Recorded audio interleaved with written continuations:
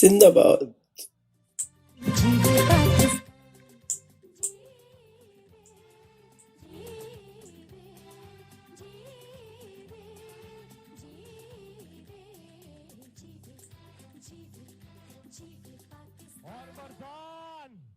ذرا اپنے فون نکالیے اور موبائل فون کی لائٹس آن کرے.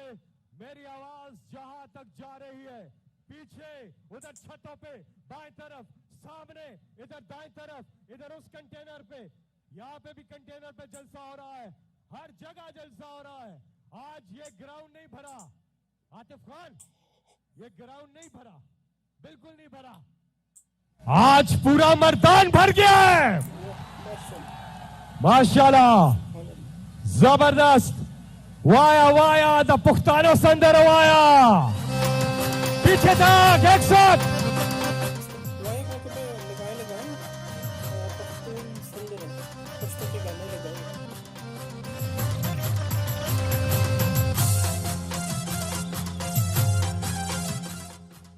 پشتو کا ایک ٹپیکل میوزک ہے جو بڑا مزیدار اور پرجوش میوزک ہے.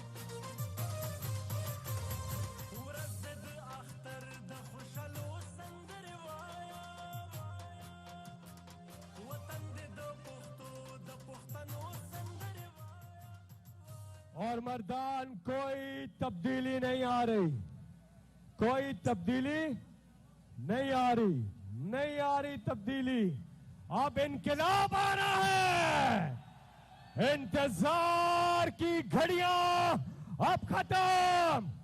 میں اس ہستی کو بلانے جا رہا ہوں جنہوں نے انشاءاللہ اب سے چند ہی ہفتوں کے بعد ایک بار پھر وزیر اعظم پاکستان کا حلف اٹھانا ہے. میرے ساتھ مل کے میں یہاں سے کہوں گا، آپ وہاں سے رپیٹ کریں گے. تیار ہے؟ میرے ساتھ آواز ملائیں گے تو پھر سنو غور سے. پاکستان کی آن ہے آپ، پاکستان کی شان ہے آپ، پاکستان کی جان ہے آپ، پاکستان کی پہچان ہے آپ، پاکستان کے خان ہیں آپ، پاکستان کے کپتان ہیں آپ، امپورٹڈ حکومت کے لیے طوفان ہیں آپ، عمران خان ہیں آپ.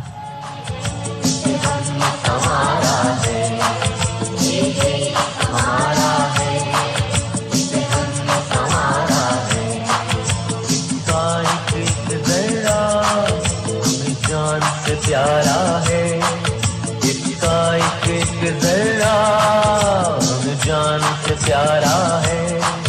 یہ دیش یہ دیش یہ دیش ہمارا ہے، یہ دیش ہمارا ہے.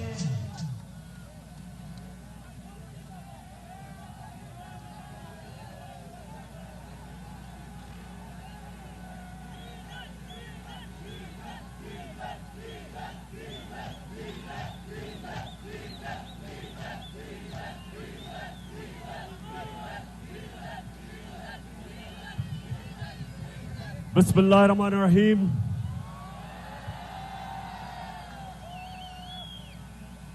ایاک نعبد و ایاک نستعین.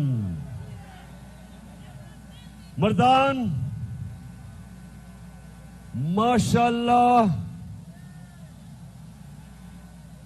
آپ کے اس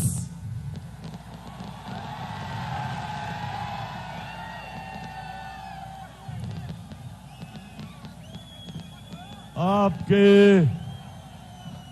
اس جذبے اور جنون کا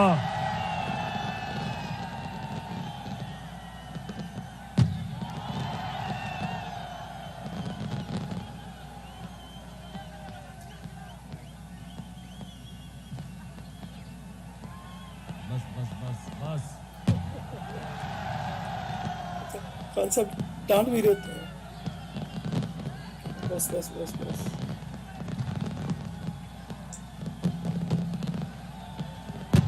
واہ کیا بات ہے.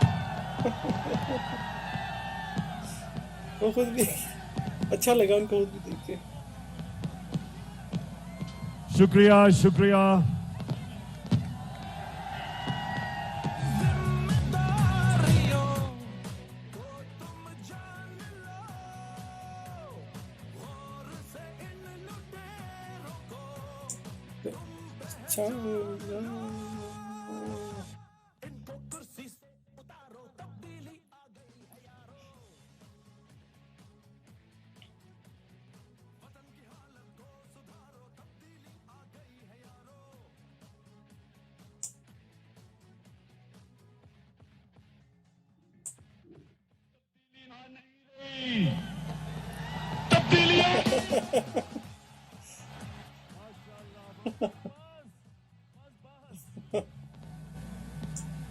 مردان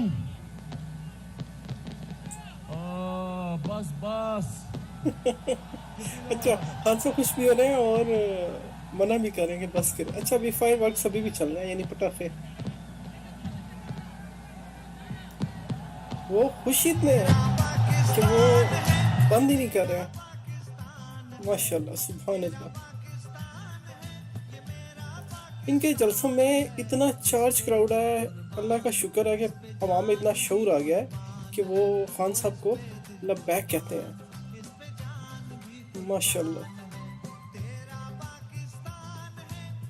اور دوسری طرف وہ دوسرے جلسے کرنے کی کوشش کرتے ہیں, وہ ذلیل ہو جاتے ہیں, منہ کی کھاتے ہیں. جلسے میں کوئی نہیں ہے. تو مردان آج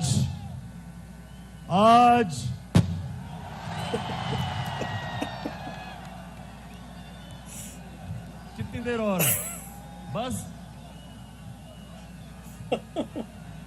مردان اتنے شاندار استقبال کا دل سے شکریہ ادا کرتا ہوں. بہت بہت شکریہ آپ کا. اچھا مردان, میرا آپ کے پاس مقصد, یہاں میرا مقصد آنے کا ایک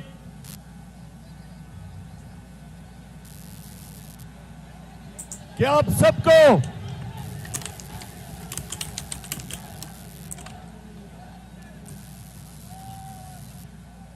میرا مقصد آج مردان آنے کا ایک, میں آپ سب کو تیار کر رہا ہوں کہ آپ جب میں کال دوں گا آپ نے میرے ساتھ اسلام آباد میں آنا ہے. ذرا ہاتھ کھڑا کر کے بتائیں آپ تیار ہیں؟ مردان آپ کو اسلام آباد میں سیاست کے لیے نہیں بلا رہا, میں ایک انقلاب کے لیے بلا رہا ہوں. میں آپ کو اسلام آباد پاکستان کو حقیقی آزادی دینے کے لیے آپ سب کو میرے ساتھ شرکت کرنے کے لیے اس جدوجہد میں آج اس لیے میں آپ کے پاس آیا ہوں. اور مردان نوجوانوں میں خاص طور پہ آپ کو آج بلانے آیا ہوں. اور نوجوان کون ہے؟ جو بھی میری عمر سے کم عمر کا وہ نوجوان ہے. یعنی کہ جو بھی 70 سال کی عمر سے کم ہے وہ نوجوان ہے. تو نوجوانوں, اور میں صرف آپ کو دعوت دینے آیا. میں پاکستان کی اپنی ساری بہنوں کو, ماؤں کو, بچیوں کو, آپ کو بھی دعوت دینے آیا ہوں.